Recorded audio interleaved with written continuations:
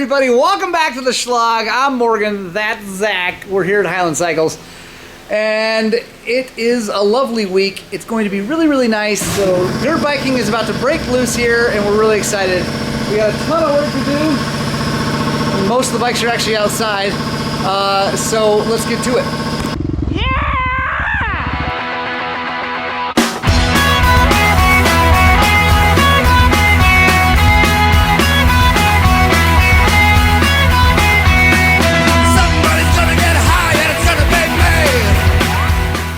So, first job of the day, little Zach is here to...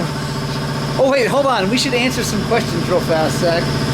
Which one of your cats would be the one that would run for president? Probably Misha, the younger one. Alright, alright. More energy. Nice, good. More energy, willing to take on the job. Hold on, I gotta look up more questions. We had one gentleman ask where in the St. Louis area you're from. Jim Nash wants to know, when are you gonna fix your electric start? When I get too old to kick my bike. Ow! There it is. Nice. This is not so much of a question. Well, it's a question. Vince wants to know, did Zach's woman make him eat veggies only and shave his beard? Wow. And then next thing we'll know, he'll be buying feminine hygiene products.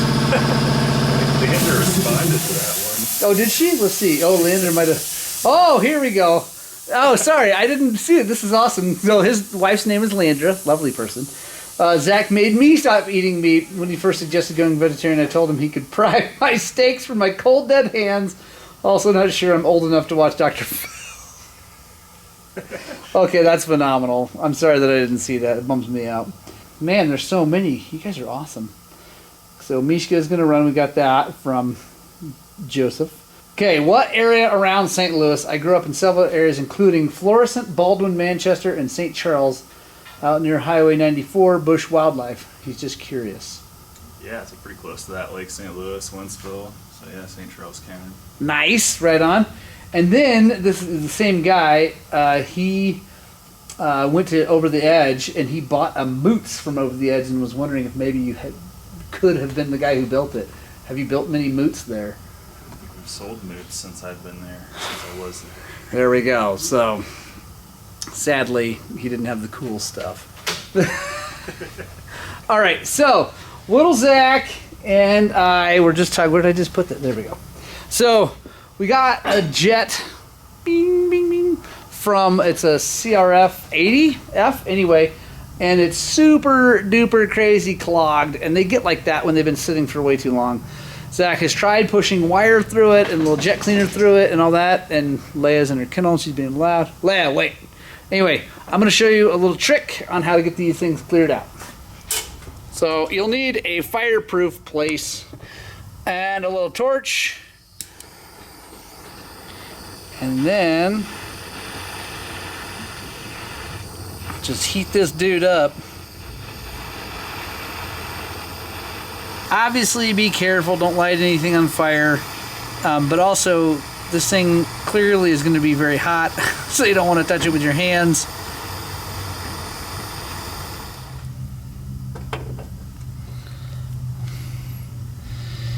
Get our wire. And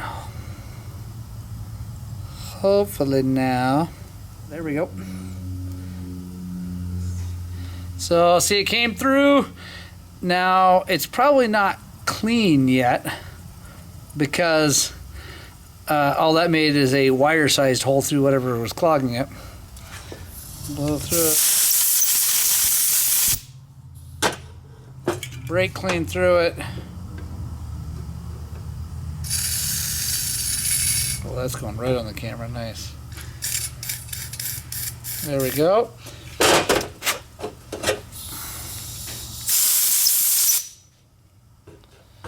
And we look through it. It looks pretty good.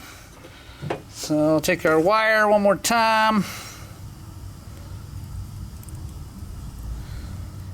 And you just want to run it through there until you get it all cleaned out. The thing is, like on these tiny little jets, sometimes it's hard to tell if you get the thing all the way cleaned out, but it kind of helps to like let the wire get all kinked, and then pull that kink through. And just like that. So I don't know why the varnish in there reacts well to heat, but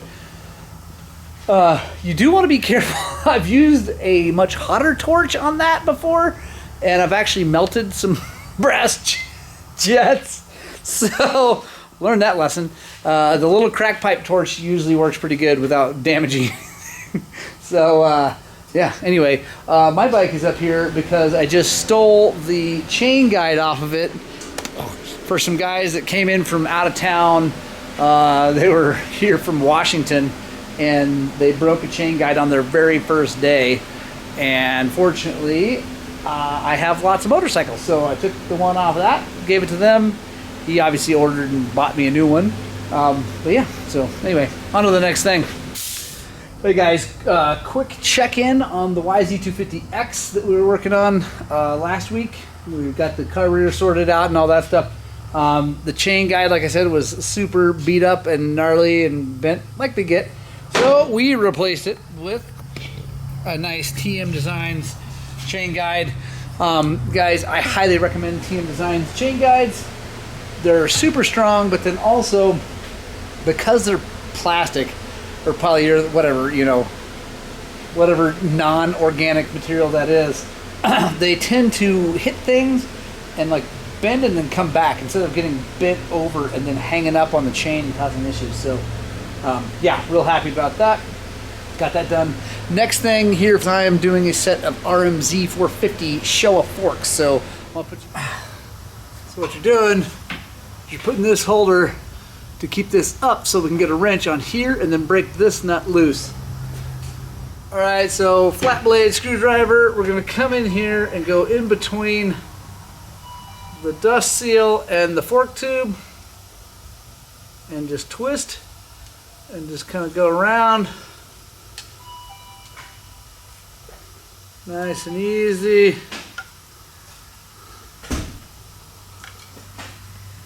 There we go. I get lots of questions about what this is, so there you go. It's a Sure Shot. Got it on Amazon. Made in the US, which is cool. Here. And this oil level or oil amount, it's important because you don't want to put way too much or way too little in there. But really, if you were to put too much, it would act like a stiffer spring. If you were to put too little, it would act like a softer spring. So it's not a huge thing. It's mainly just for lubrication and that air gap of making it, giving some resistance. So, okay guys, so the next project for me is this absolutely gorgeous 2015 300. This gentleman just completely rebuilt it. It's got 500 hours on it, but he took it all the way down, put a brand new crank in it, new piston, had the cylinder replated, repowder coated the frame, did everything, but the recluse isn't working. It's not reclusing, so basically no matter what you do to the slave cylinder, it's just dragging all the time. It won't slip and let it idle in gear and like that. So I just confirmed the problem and made sure that it wasn't just a bleed issue, because sometimes guys don't get the clutch bled quite right or they don't adjust it right. Anyway, it's not that. So that's good and bad, I guess. It's good that he didn't bring it in for something silly. It's bad because now we got to figure it out. But he's the one who put it together. He had it apart a couple times, and I would think he would have sorted things out, but we'll see. So I'm going to lay it over on its side. We'll dig into it and see what's up. So guys, another air filter moment. By the way, that's Dave. Hi. And another air filter moment here at Island Cycles. It's good that it's spring and we're getting all this done. I kind of have been like slacking on yelling at you people about air filters, but today is a day to do that. So my friend, I'm calling him out. His name is Trevor Laborde. Trevor, I'm calling you out big time because look at that. Things are growing like you could plant seeds in the... Ah! Drive me nuts. And the funny thing is, it's actually just here for an electrical problem. but it might be here for longer with more of a problem. Anyway, so there's that. Quick check-in on the 300 KTM that I had the clutch off of. Sorry, I didn't film the rest of that, but let me give you the story. There was nothing wrong with the clutch, the installation, the slave cylinder, none of that. I checked all that stuff, it was all good. And I ended up having to just run the adjustment screw on the slave cylinder all the way in, and then it started working right. Which seems like, okay, there's got to be something wrong. So I called Recluse, I talked to the guys there. We went through everything that could possibly be wrong, and basically we just came to the fact that the clutch pack must be really thick. And sometimes that happens. I don't know if they use the wrong steel plates or whatever, but anyway, since it's working and it's working correctly, the Recluse guy said just run it, because as the clutch wears, it's going to need to come out, which would be the only way it can go. So anyway, something for you guys. Like, I didn't find anything wrong, that's why I didn't grab the camera. So anyway, on to the next thing. All right, guys. So the big news for this week's Shlog is that this gentleman is here, and he's super excited to be on camera. Oh yeah. Look at him. Look at him. He's so excited. Brady Meador from TBT Racing, Oklahoma is here, and we are valving a ton of suspension. We are. Which is awesome for everybody. It's awesome for the riders because they're going to have rad setups. It's awesome for Brady because he's going to make some money, and we'll hopefully get him back here again. And then, yeah, we're just having a ton of fun. So, what are you doing right now, Brady? Because this is a good one. Getting ready to start building the shock. But this specifically, explain what we're doing here. TBT bladder kit. Right on. For the WP shock. Right. New version. And so, for people who don't know what that is, give us a short rundown on stock shock, what this is, and why it's good. Well, the stock shock in the reservoir has a big piston, a disc that floats in there and moves up and down. Right, and it houses nitrogen on this side, right, and oil on this side. Right. And over time, that disc can wear out and get caulked in the tube, and then lodge and pass the nitrogen. We run a bladder like they run in KYB, Showa shocks, everything, and this works better on the braking bumps and stuff because it's more supple, it's easier to move, and then it holds the nitrogen better because it's all sealed off in here. Right on. So it can't pass into the oil. Right, and one of the things that for me, I haven't had personally too much trouble with the pistons passing nitrogen. I have trouble with the fact that they tend to get hot and swell and stick. Yep. That then locks out the high-speed circuit of a shock, which then makes it a little bit more like a pogo stick if you're going fast. Yep. I mean, not if you're slow stuff, it's not as a big a deal.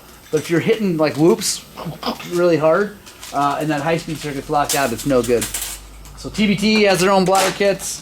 They're awesome. They work good. I'm just going to say right now that anybody who's watched any video, and I'm not going to mention who, that whines about nitrogen leaking through bladders, it's ridiculous. So no comment. I'm not going to go into who, why, whatever, but that is absolutely ridiculous. And anyway, it's not true. I don't care what shock you take apart, how it, whatever. If it's been hammered on, it will be bubbly. Right. Because the oil. Anyway, whatever. Yeah, I wish you would have videoed the shock I took apart yesterday because it was brand new shock, never been apart. Took it apart, and the oil was all foamy, nasty. Yeah. Literally, like brand from the factory, from KTM, right, with their piston in it. Yep. And it was oil. It was foamy and ridiculous. Yeah, it's just the optical illusion. You can make any shock do that. Yeah. So if you cycle it a few times right before you take it apart, they all double. Yeah. So. Yeah. So yeah. Anyway. But yeah. So Brady is taking care of that. We got some shims and things right here. I'm gonna check back in with him when that thing comes apart, so you guys can see what a valve actually looks like. It's not what you might think of as like the dumb valves that are in 4-strokes. Two-strokes have a power valve. But it's an awesome valve versus. It's an awesome valve like in a shock or fork. Right. Those are good valves. 4-stroke valves, not good valves. Unless they're in an XR650. So Brady loves me. So anyway, Another job that he's going to be doing is lowering this other 125 XC that our friend Scott Cameron has. He's going to be valving and lowering that, which is cool. Just got done with a set of 4CS forks. I got done with a set of Explorer forks just a little bit ago. And what forks are these? Oh, these are air forks, right? Yeah, those are air forks. Done with a set of air forks. He's going to be doing my air forks on the 125 XC.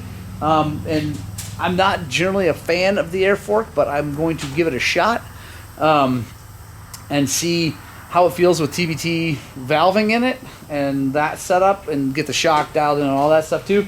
And then stay tuned here on the channel, because I might pony up for a KYB setup in the future and see how much better that is. But right now we're going to valve the air fork and see how good we can make that. So for the folks who don't want to spend another giant pile of money on their bike after they already spent a pile of money on a new bike. Zach Sheets is super angry because he's working on a 4-stroke. It is a good 4-stroke though, at least it's the right color. And what are you doing? Oh, he's putting a...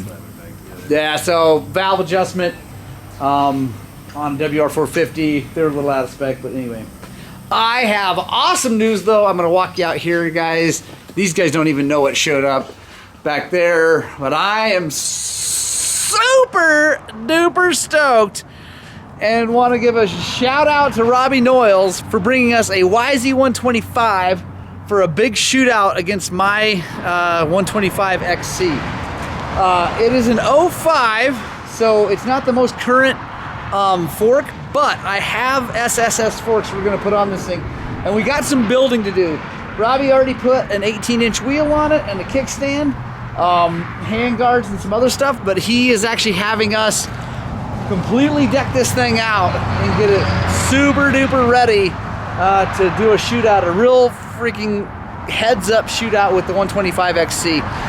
It's not the X model, but when we're done with it, the only difference is going to be the fact that it doesn't have the wide ratio transmission in it, which I don't like anyway. And my XC doesn't have a wide ratio. It's a 6-speed, but it's only got close ratio. So if you are interested in actually seeing a real, no messing around, straight up shootout, 125 versus 125, make sure you subscribe to the channel, guys. This is going to be really, really cool. Thank you, Robbie. I really appreciate it. I've got a loop all laid out in the Adobes. We're actually going to be shooting out lots of motorcycles throughout the rest of the season, but I'm really amped up about putting two 125s against each other and seeing kind of what it costs to have this bike ready to race versus having the XC ready to race. You know, buying a used bike and getting it ready and all that stuff. So yeah, guys, it's going to be awesome. Really, really, really excited. All right, guys, so I'm back with Brady here. And he loves this again. Thank you, Brady, for being nice to me, not punching me in the face. But, ooh, I'm going to get punched in the face, but I'm okay with it. So, we had a lovely dawn patrol, by the way, this morning. It was great. Yes, it was great. Come on, you had fun. You had a good time. So, I want to show you guys what a valve looks like in these things and kind of what it does. It's important for you guys to understand. So, what do we got there? So, that's a rebound piston for an AER fork. Okay. So, you have your mid-speed compression on this side, and then this goes on here, and then you build your rebound stack, which is this stack right here. And this goes on top. Gotcha. And so, this is moving through when the fork is compressing. This is moving up inside the cylinder. Right. So the and the oil is going through here, and it's pushing on these shims. So it's pushing these shims down. Okay. And when it comes back up on the rebound, it comes through the other ports and it pushes up on these side. Gotcha. So when you are clicking, what is it happening when you're clicking on one of these things, so people understand? So you have your rebound rod, which this is what your clicker fits in. This goes up inside of here.